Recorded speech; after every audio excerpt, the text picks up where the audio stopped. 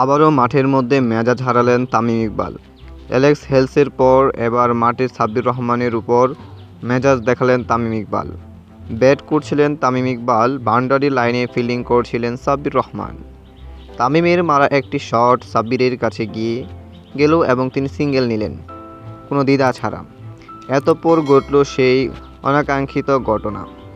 সাব্বির রহমান সেই বল দৌড়ে ফেরত না পাঠিয়ে মাটিতে রেখে দেন যেন তামিম ইকবাল দৌড়ে আবারও রান নেয়। এরপরেই ঘটে সেই উত্তপ্ত মুহূর্ত।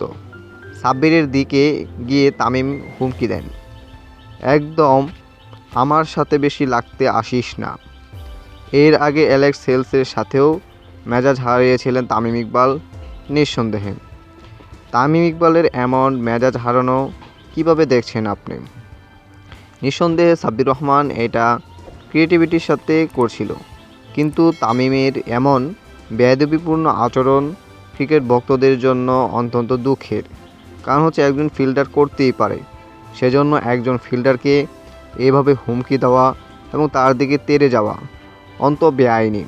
অনেকেই বলছেন তামিম ইকবাল এটা ভালো করেছে, কিন্তু নিঃসন্দেহে এটা অন্যায় করেছে তামিম ইকবাল।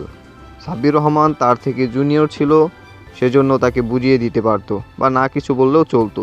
কিন্তু তামিম ইকবাল বিগত ম্যাচগুলির মধ্যে বাজে বিহেভ করছে প্লেয়ারদের সাথে এবং জুনিয়রদেরকে ভালো সম্মান দিচ্ছে না, যার ফলশ্রুতিতে তামিমের এমন মেজাজ অত্যন্ত বাজে।